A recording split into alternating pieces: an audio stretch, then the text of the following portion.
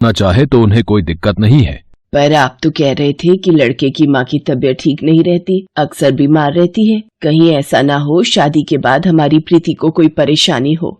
एक बात बताओ सुलेखा, शादी तो कल भी करनी है और आज भी। जब लड़का अच्छे हाथों में है तो क्या देर करनी। और फिर किशन लाल ने प्रीति की शादी सुनील के साथ कर दी। शादी के बाद ही प्रीति की सास कमला बीमार हो गई, इसलिए घर का सारा बोझ प्रीति पर आ गया। प्रीति बहू, अभी तेरे हाथों की मेहंदी भी नहीं उतरी और तेरे हाथों में मैंने झाड़ू पकड़ा दी। पता नहीं कोई अच्छी नौकरानी भी तो नहीं मिल रही। चंदा काम करती थी, उसे भी अभी गांव जाना था और मुझे भी अभी बुखार होना था। सब कुछ तुझे ही संभालना पड़ रहा है बहू।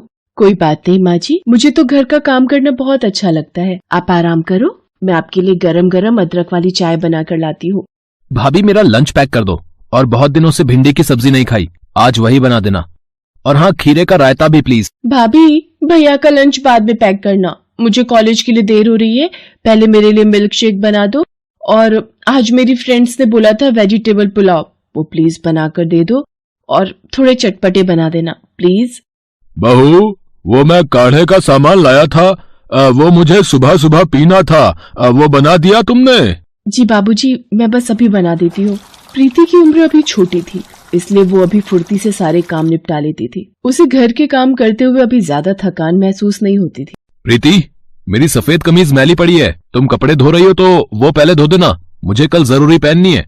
अरे शीतल दीदी, कैसी हो अचानक? अरे, मायके आने के लिए बहाने की क्या जरूरत है। वो तेरे जीजू कुछ दिनों के लिए आगरा गए हैं, तो मैंने सोचा कुछ दिन माँ और तुम सबके पास रह लूं।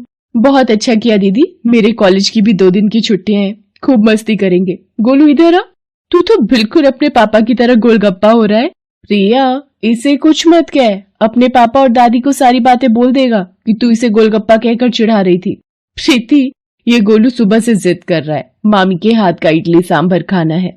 हाँ तो बना लेगी प्रीति, इसे कौन सी देर लगनी है। पूरा घर मेरी बहू ने बहुत अच्छे से संभाल लिया है, बड़ी अच्छी बहू मिली है हमें तो। शीतल दीदी, आपको पता है प्रीति भाभी दाल का चीला भी बहुत स्वादिष्ट बनाती हैं। अच्छा, वो तो मुझे बहुत पसंद है। दीदी, मैं आप सबके लिए नाश्ता बनाकर लाती हूँ। धीरे धीरे वक्त बीतने लगा।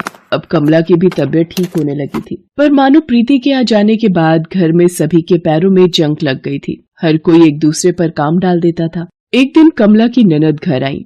नमस्ते जीजी, कैसी हो? बैठो, मैं पानी मंगवाती हूँ। अरे प्रिया, जरा बुआ जी के लिए पानी तो ला। नमस्ते बुआ जी। माँ, मैं पहले ही बाजार के लिए बहुत लेट हो गई हूँ, आप भाभी को बोल दो। प्रीति बहू, कमला बुआ आई हैं, जरा चाय नाश्ते का इंतजाम करो। बुआ जी, ये चाय। अरे, ये कैसी शक्ल बना रखी है प्रीति बहू ने, न ठीक से बाल काढ़े हुए हैं, न ही चेहरे पर कोई मेकअप वगैरह। कोई कहेगा शादी को 6 महीने हुए हैं। बहू, तुम्हें देखकर तो लग रहा है जैसे तुम्हें सजने संवरने का कोई शौक ही नहीं। यही तो मैंने भी कितनी बार बोला है बहू को कि तेरी शादी को अभी सिर्फ कुछ महीने बीते हैं, सज सवर कर रहा कर। जा बहू, थोड़ा साज श्रृंगार कर ले। वो हमने तुझे मैरून साड़ी दी थी ना, वो बड़ी सुंदर लगती है तेरे ऊपर, जा वही पहना। प्रीति अपने कमरे में आ जाती है और रोने लगती है। मैं घर के कामों में इतनी उलझ गई, मैं ऐसी तो नहीं थी, क्या हुलिया बना लिया है मैंने अपना। वैसे देवर जी की शादी हो जाएगी तो मुझे भी थोड़ा सहारा मिल जाएगा। अब जल्दी से तैयार हो जाती हूँ, नहीं तो माँ जी और बुआ जी को बुरा लगेगा। अरे वाह प्रीति, आज तो तुम बिल्कुल अलग दिख रही हो, वरना तुम्हारे हाथ और चेहरा तो आटे और मसाले में ही भरे रहते। अरे वो बुआ जी आई थी ना, इसलिए थोड़ा तैयार हो गई थी। मुझे लगता है माँ जी आवाज दे रही है। प्रीति, ये क्या, तूने नई साड़ी अभी तक पहन रखी है?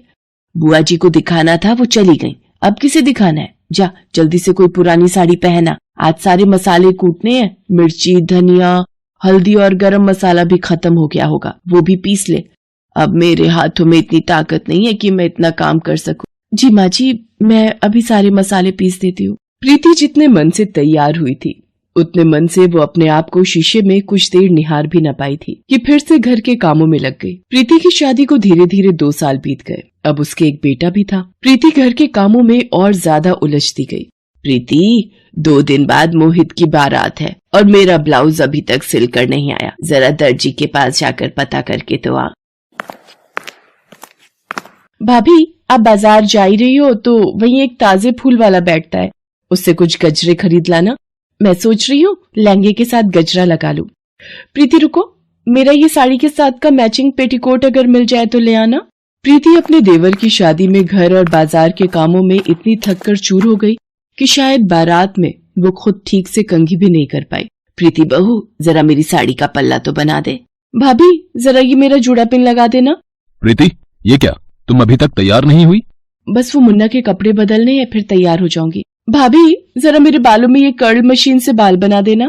प्रीति जैसे तैसे तैयार तो हो गई, पर उस दिन तो मानो वो घर के सदस्यों के लिए घर की बहू नहीं बल्कि एक नौकरानी हो।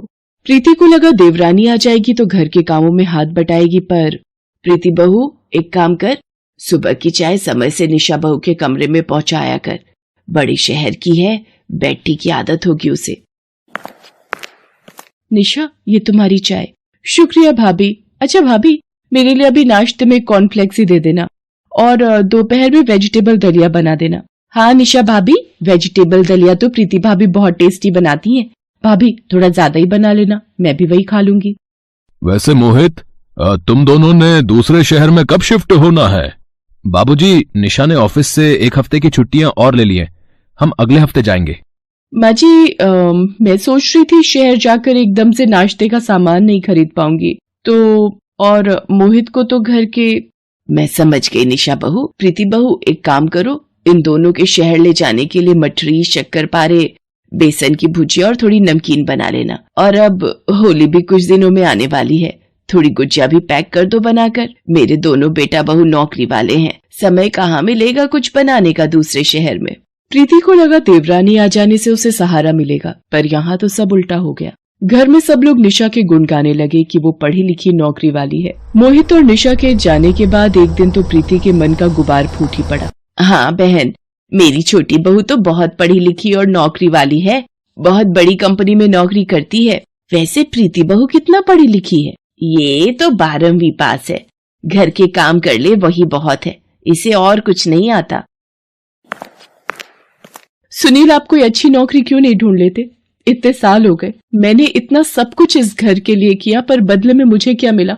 अगर मोहित और निशा शहर जाकर नौकरी कर सकते हैं तो मैं भी यहाँ रहकर बहुत कुछ कर सकती हूँ। क्या तू अपना बिजनेस खोलेगी? तो फिर घर कौन संभालेगा? घर के 100 काम तुझे ही तो करने हैं। क्यों माँ? मोहित और निशा दूसरे शहर जाकर घर की जिम्मेदारियों से दूर भाग गए, फिर भी प्रीति घर छोड़कर जाने की बात नहीं कह रही है। वो आपके साथ ही रहकर अपना बिजनेस करना चाहती है, खुद के बलबूते कुछ करके दिखाना चाहती है, तो इसमें बुराई क्या है? मैं प्रीति के साथ हूँ। प्रीति, तुम्हारी जो इच्छा है वो करो। माँ जी, आप ये मत सोचना मैं घर की जिम्मेदारियों से भाग जाऊंगी। ये मेरा परिवार है, मुझे इस परिवार की अपने से भी ज्यादा चिंता है, इसलिए मैं घर की जिम्मेदारियों के साथ साथ अपने सपनों को पूरा करना चाहती हूँ। और फिर प्रीति ने घर में सबसे पहले एक कामवाली को रखा ताकि उसे घर के कामों में सहारा मिल सके। प्रीति ने धीरे धीरे अपने खाना बनाने के हुनर को आगे बढ़ाया। उसने घर से ही अचार, पापड़, मुरब्बे का बिजनेस शुरू किया। जब उसका काम थोड़ा बढ़ने लगा तब सुनील ने भी उसकी पूरी सहायता की और दोनों ने एक बावर्ची रखकर घर से ही टिफिन सर्विस का बिजनेस भी शुरू कर लिया। अब प्रीति एक सफल महिला बन गई थी, जिसने घर के साथ साथ व्यापार में भी सफलता हासिल की थी। मुझे माफ कर देना प्रीति बहू, मैं तुम्हारे हुनर को नहीं पहचान पाई। तुम सचमुच बहुत समझदार और काबिल बहू हो। माँ जी, आखिर बहू भी तो आपकी हूँ। प्रीति एक सफल महिला बन गई है, ये देखकर परिवार के सब लोग प्रीति की बहुत तारीफ करते हैं।